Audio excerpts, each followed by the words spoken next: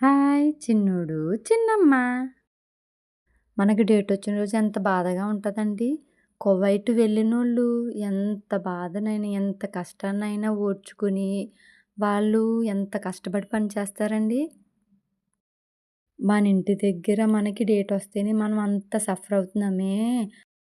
కొంచెం జీతం ఎక్కువొస్తది, ఇల్లు కట్టుకోవచ్చు, పిల్లల్ని బాగా చదివించుకోవచ్చు, పెళ్లి చేయొచ్చు అని ఆశతో ఎళ్లి ఎంత కష్టాన్నైనా ఓర్చుకుంటున్నారు కదా వాళ్ళు. వాళ్ళు ఏ పని చెప్తే ఆ పని చెయ్యాలి. పిల్లల్ని కొట్టకూడదు, చూసుకోవాలి ఆళ్ళెంత అల్లరి చేసినా సరే.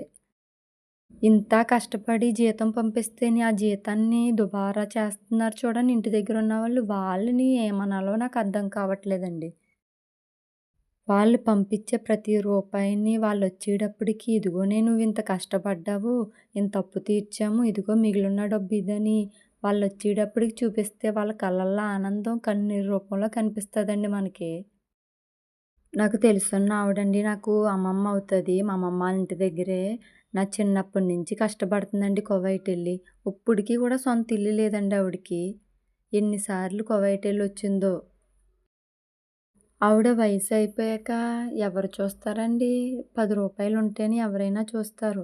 కోట్ల రూపాయల ఆస్తులున్న వాళ్ళని అనాథాశ్రమంలో వదిలేస్తున్నారు సంతకాలు పెట్టిచ్చేసుకొని. ఇప్పుడు ఆళ్ళు చేశారంటే రేపొద్దున ఆళ్ళ పిల్లలు కూడా ఆళ్ళని అలాగే చేస్తారు. చేయరంటారా?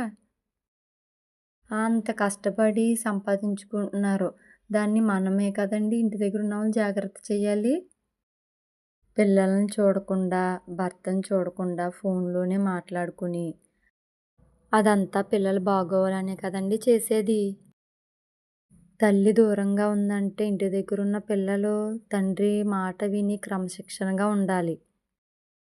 అంతేగాని ఇంకా అమ్మ పట్టించుకోవట్లేదు, డాడీ పనికెళ్ళిపోతున్నాడు, ఇంకని విచ్చలవిడిగా తిరిగి మనల్ని మనమే పాడు చేసుకుంటాం. మనం ఒకళ్ళ దగ్గర ఆశించకూడదనే కదా అమ్మ మన కోసం కష్టపడ్డానికెళ్ళింది. అది తెలుసుకోవాలి ఆడపిల్లయినా సరే, మగపిల్లోడైనా సరే. ఆడ, మగ అనేది శరీరానికే గాని మనసుకుండదండి. కూలి పని చేసినా, ఎక్కడికో ఎళ్లి కువైట్ ఎళ్లి సంపాదించినా దేనికోసమని మన పొట్ట గడవడం కోసమే. ఓపికున్నంత వరకే కష్టపడతాం. ఓపిక చూసే పని కూడా ఇస్తారు. ఆడు చేయలేనట్టు కనిపించిందనుకో పని, పనిస్తారండి? ఎవ్వరివ్వరు. ఆ కువైట్ ఎళ్ళేవోళ్ళు కూడా మెడికల్ టెస్ట్‌లు, ఈ టెస్ట్‌లని ఎన్ని చేయించుకుంటారో. ఆళ్ళు కొంచెం అన్‌ఫిట్‌గా ఉన్నారంటే పంపించరు. కొంతమంది మంచోళ్ళైతే మీకు నచ్చినయి వండుకొని తినమని చెప్తారంటండి. కొంతమందైతే వాళ్ళకేం వండారో అవే తినాలంట, వేరుగా వండుకోకూడదంట.